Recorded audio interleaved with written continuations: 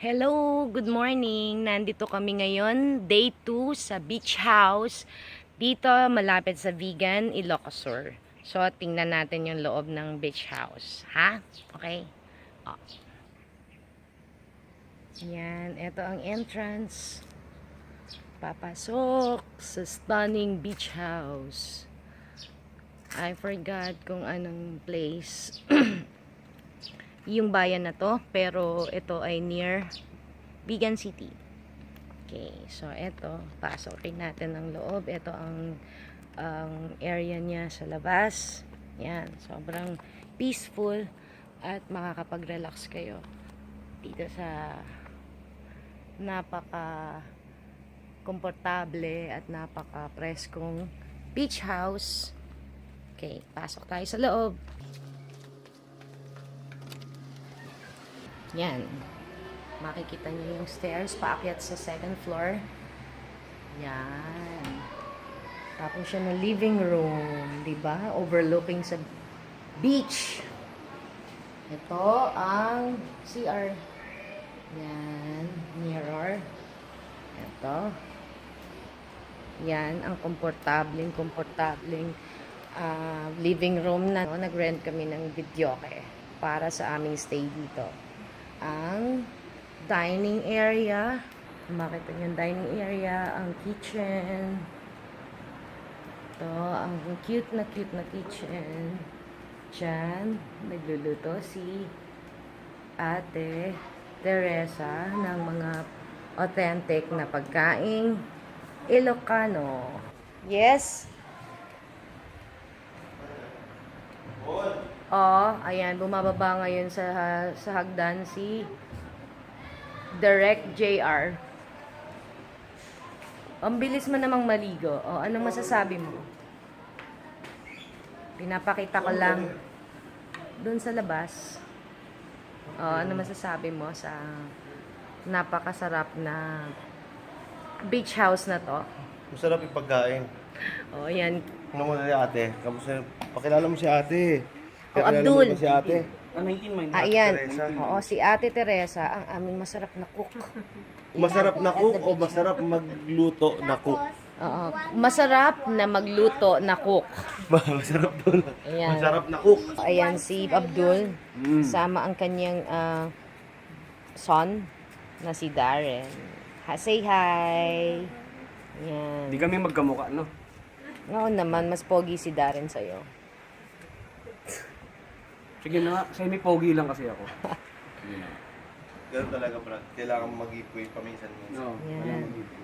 Nag-hi ka sa iyong mga friends. Ayan. Si ate, puro tawa lang eh. Bakit? Oh, ayan. Oo. Paano yun? Alam ko muna Ano yung interview? mahihiya talaga. Oo. Ano interview ate? Tanungin mo si ate, ano bang na-experience mo sa serbisyo ni ate dito sa beach house? Oh, wala problema. Lahat natikman natin. Yung gusto natin kainin. Oo, ang sarap na magluto. Yes. Ano nakain natin dito na niluto ni ate? Number 1, yung bagnet. Yes, Yung ibang lingding, klase. Tsaka Oh. yung papaitan niya. Ibang klase yun, ano, yung ano, para yung papaitan nila, hindi siya Pero yung yung papaitan talaga yun. Sa iba. Saan? nilalagyan ng paet. Hindi ko lang nilagyan nun kasi Oo nga. ano yung mga ngipin bawal. Hmm. Kaya hindi ko Okay naman yun ate. Masarap naman yung ano. Tsaka yung ano, baka kain mo yung sili. Kasi Correct. as in ano, hindi siya maanghang. Nakakatawa ka. Salita ka na salita sa iba ng harap. Eh.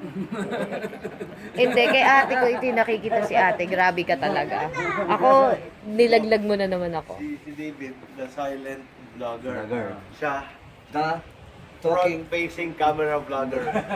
facing. Pero nag-ano siya. First person view. Ay nako, alis na nga ako dyan. Papakita ko na nga lang itong ano. Yan, ito yung side niya. Ayun, makita niyo beach.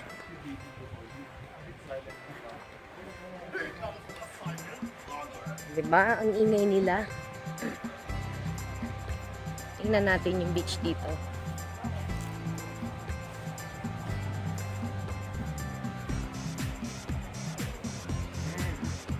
Diyan sila naligo kanina. Ito yung stairs papunta doon sa beach.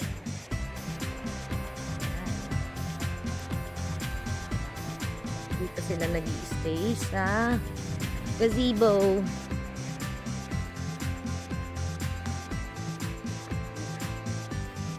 Tingnan natin ang view dito. There you go. Nice view.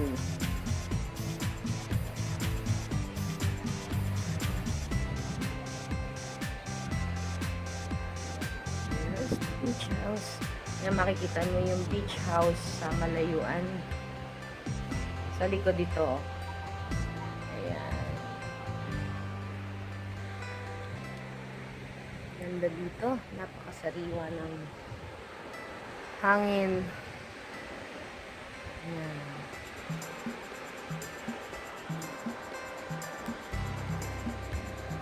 So, ayan. Nakita natin kung ano itsura ng yung ground floor ng beach house. Hindi pa natin naakyat yung taas. Pero yung taas, meron siyang 4 bedrooms.